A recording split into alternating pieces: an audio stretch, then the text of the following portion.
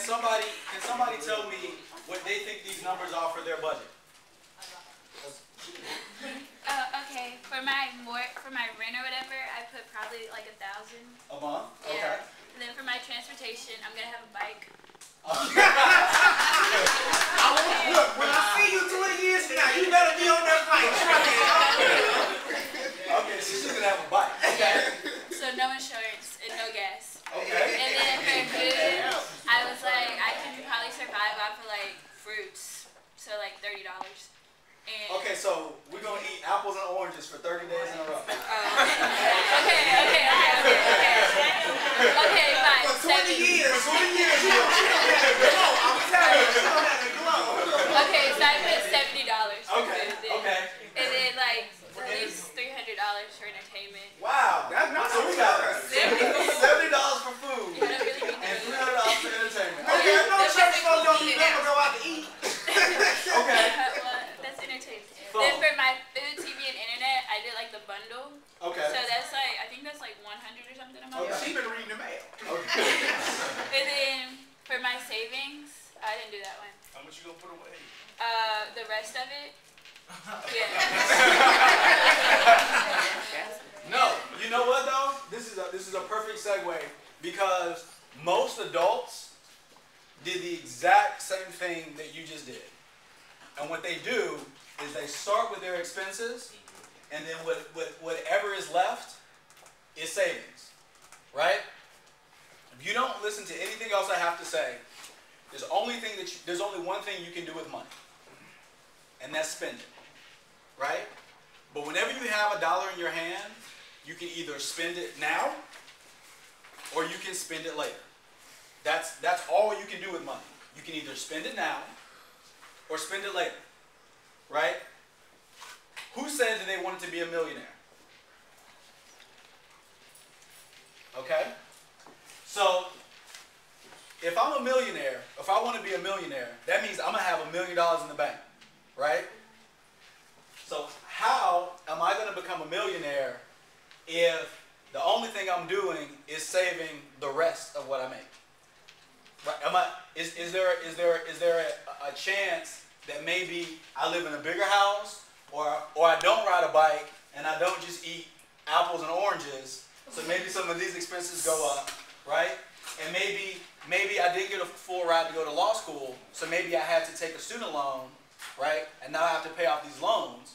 But now the point being is that I add up all of my bills, and then I'm saying I'm going to save the rest. Is there a chance that the rest over time may not be enough to make you a millionaire? Right? So what that means is that what we need to do is we need to make this the first thing, right? So we need a plan. So if the plan is my purpose is to be a lawyer, and my purpose is also to build enough wealth so that I'm a millionaire, right? That's the beginning of our plan. That's not the end. That's not, oh, well, I got to have a place to live, and I got to do this, that, and the other, and then whatever's left over is what we save. We're actually going to save first, right? And what we save and what we invest, right, that's what we do from the beginning, right? So then when we get our paycheck, we say, if my goal is to be a millionaire by this time, you know, I sit down with a calculator. We're all smart. We can go on the internet and say, how much money do I need to save and invest to become a millionaire by the time I'm 40, I'm 50, I'm 60? So this is our number. So now we're saying, out of the $70,000 that you make, we've decided that our goal and our plan is we're going to be a millionaire. And we're not going to work like a dog for the rest of our lives to make money. We're going to put some money away. We're going to invest it. We're going to have our money work for us. It's going to be in the bank so that later in the future, I have $1 million. And so if I want to go take a trip or if I want to do other things, it's in place. So I don't have that much time left, right? But we're talking about building wealth, and being millionaires. And here's what I want you guys to think about. And this is a very useful way to think about your purpose, how you build wealth, and any major decision that you want to make, right? A lot of times people get very frustrated because you'll ask them a question, and the question will be, what do you want, right?